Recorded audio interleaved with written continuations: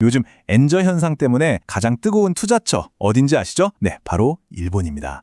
오늘 이 시간에는 왜 지금 일본 부동산에 투자를 해야 하는지 그 모든 것을 속 시원하게 풀어드리는 완벽 가이드를 준비했습니다. 오늘 제가 풀어드릴 이야기는요, 최근 코엑스에서 열린 한국경제신문의 집코노미 박람회에서 있었던 글로벌 PMC 김용남 대표이사님의 강연 내용을 바탕으로 알기 쉽게 정리한 겁니다. 한마디로 전문가의 깊이 있는 통찰을 통해 일본 부동산 투자의 명확한 로드맵을 그려드리는 거죠. 자, 오늘은 이런 순서로 진행됩니다. 먼저 왜 전 세계 돈이 일본으로 몰리는지 그 큰 그림부터 보고요. 그 다음엔 이런 기회를 만들어내는 핵심 동력이 뭔지 파헤쳐 볼 겁니다. 이어서 실제로 도쿄에서 뭘 살 수 있는지, 그리고 가장 중요한 구체적인 7단계 투자 실행 전략까지 살펴볼 거고요. 마지막으로는 당연히 리스크 피하는 법, 그리고 왜 지금이 중요한지에 대해 이야기하면서 마무리하겠습니다. 좋습니다. 그럼 첫 번째 이야기부터 시작해볼까요? 대체 왜 다들 일본 하는 걸까? 거대한 돈의 흐름을 한번 따라가 보시죠. 이게 사실 모든 투자자들이 가장 궁금해하는 거 아니겠어요? 도대체 뭐가 있길래 이렇게까지 전 세계 자금이 일본으로 쏟아져 들어오는 걸까요? 자, 숫자부터 한번 보시죠.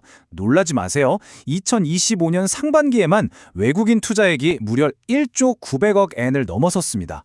이게 어느 정도냐면요, 작년 같은 기간보다 3.7배나 늘어난 그야말로 어마어마한 돈이 밀려들어오고 있다는 뜻입니다. 이 엄청난 투자 열기는요, 마치 완벽하게 조건이 맞아떨어진 폭풍처럼 아주 강력한 두 개의 엔진이 양쪽에서 끌어주고 있습니다. 과연 그 두 가지가 뭘까요? 바로 이겁니다. 엔화 약세와 초저금리. 한쪽에서는 기록적인 엔저 덕분에 외국인 투자자 입장에선 일본의 모든 자산이 싸 보이는 효과가 생겼고요. 다른 한쪽에선 거의 제로에 가까운 금리로 돈을 빌려서 투자 효과를 극대화할 수 있게 된 거죠. 지금 엔저가 어느 정도냐면요, 외국인 투자자들은 그냥 가만히 앉아서 20에서 30% 정도의 구매력 보너스를 얻는 셈이에요. 뭐랄까, 일본 시장 전체가 통째로 세일에 들어간 거나 마찬가지인 거죠. 그래서 핵심은 이거예요. 기회가 두 번 있다는 겁니다. 지금 당장은 할인된 가격에 자산을 살 수 있어서 좋고, 나중에 혹시라도 엔화 가치가 다시 오르면 그때는 환차익까지 덤으로 얻을 수 있는 정말 매력적인 구조인 거죠. 그리고 또 하나의 강력한 엔진, 바로 금리입니다. 일본의 단기 금리가 고작 0.5%예요. 다른 선진국들과는 비교 자체가 안 될 정도로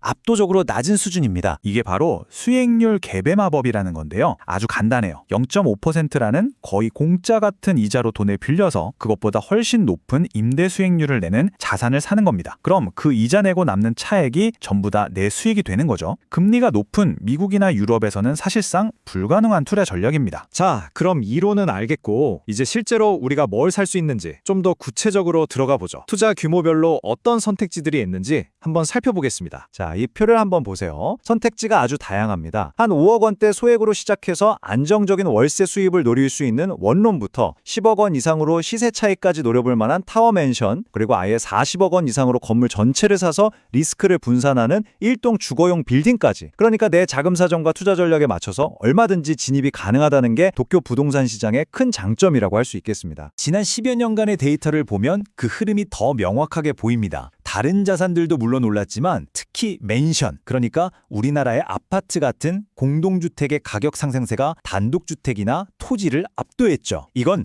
도심으로 사람이 몰리고 1, 2인 가구가 늘어나는 사회적인 변화가 그대로 반영된 결과라고 볼 수 있습니다. 그리고 이게 또 똑똑한 투자자들을 위한 하나의 꿀팁인데요. 굳이 비싼 신축만 고집할 게 아니라 약간 연식이 있는 맨션을 사서 리모델링을 하는 겁니다. 이렇게 하면 가치를 10에서 20%나 올릴 수 있고 수익률도 신축보다 훨씬 높게 만들 수 있어요. 자, 이제 왜 일본에 그리고 무엇에 투자해야 하는지 대충 감이 오셨죠? 그럼 지금부터가 진짜입니다. 가장 중요한 질문, 어떻게 투자를 실행할 것이냐? 김용남 대표가 직접 제안하는 전문가의 7단계 프로세스를 지금부터 공개합니다. 바로 이겁니다. 김용남 대표가 강조하는 성공 투자를 위한 7단계 프로세스. 이게 단순히 좋은 물건 찾아주는 데서 끝나는 게 아니에요.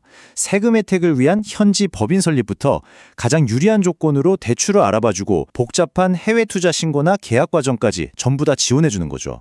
그리고 제일 중요한 거, 집 사고 나서 끝이 아니라 현재에서 문제없이 관리될 수 있도록 전문가까지 연결해주는 이 모든 과정을 하나로 묶은 종합 서비스입니다. 이게 바로 현명한 투자의 핵심이라고 할 수 있겠죠. 하지만 여러분, 좋은 이야기만 들으면 안 되겠죠? 투자의 세계에는 항상 동전의 양면이 있으니까요. 어떤 위험이 있는지 그리고 그걸 어떻게 피해야 하는지도 반드시 알아야 합니다. 특히 이 네 가지 사기 유형은 조심해야 한다고 전문가들은 경고합니다. 예를 들어서 텅텅 비어있는 건물인데 임차인이 꽉 찬 것처럼 서류를 조작하는 가짜 만실 사기라던가, 우리가 일본어를 잘못하는 걸 이용해서 불리한 조항을 슬쩍 끼워 넣는 허위 번역 사기 같은 것들이요. 이래서 믿을 수 있는 현지 파트너가 정말 중요한 겁니다. 이 말이 모든 걸 설명해 주는 것 같습니다. 결국 위험이라는 건 내가 잘 모르는 상태에서 무언가를 하려고 할 때 생기는 거니까요.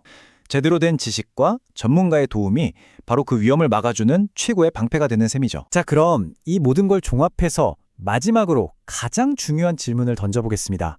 이 엄청난 기회의 창이 과연 언제까지 열려 있을까? 왜 하필 지금이 중요한지 한번 살펴보죠. 데이터를 보면 앞으로의 그림이 더 선명해집니다. 일단 단기적으로는 지금의 저금리와 엔저 상황이 내년까지는 이어질 걸로 보이고요. 2020년, 27년쯤 되면 도쿄 집값이 1년에 5에서 7%씩 꾸준히 오를 거라는 전망이 많습니다. 더 길게 보면 2030년까지 외국인 관광객 6천만 명을 유치하겠다는 일본 정부의 목표가 부동산 시장에 계속해서 활력을 불어넣을 거고요. 엔저라는 특별 할인, 초저금리라는 강력한 레버리지, 그리고 앞으로도 계속될 거라는 성장 전망까지, 이 모든 조건이 완벽하게 맞아떨어진 지금, 어쩌면 일본 부동산의 진짜 상승장은 이제 막 시작된 게 아닐까요? 이 기회의 창 앞에서 여러분은 어떤 선택을 하시겠습니까?